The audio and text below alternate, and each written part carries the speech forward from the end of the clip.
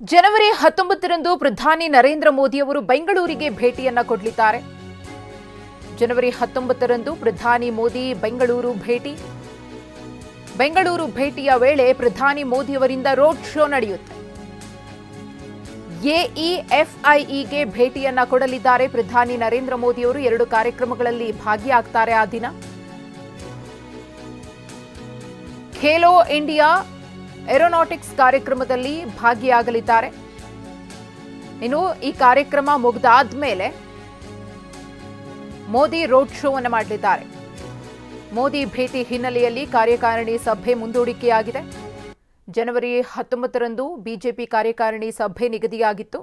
ಆದರೆ ಪ್ರಧಾನಿ ನರೇಂದ್ರ ಮೋದಿ ಅವರು ಆಗಮಿಸ್ತಾ ಇರುವ ಹಿನ್ನೆಲೆಯಲ್ಲಿ ಮುಂದೂಡಲಾಗಿದೆ.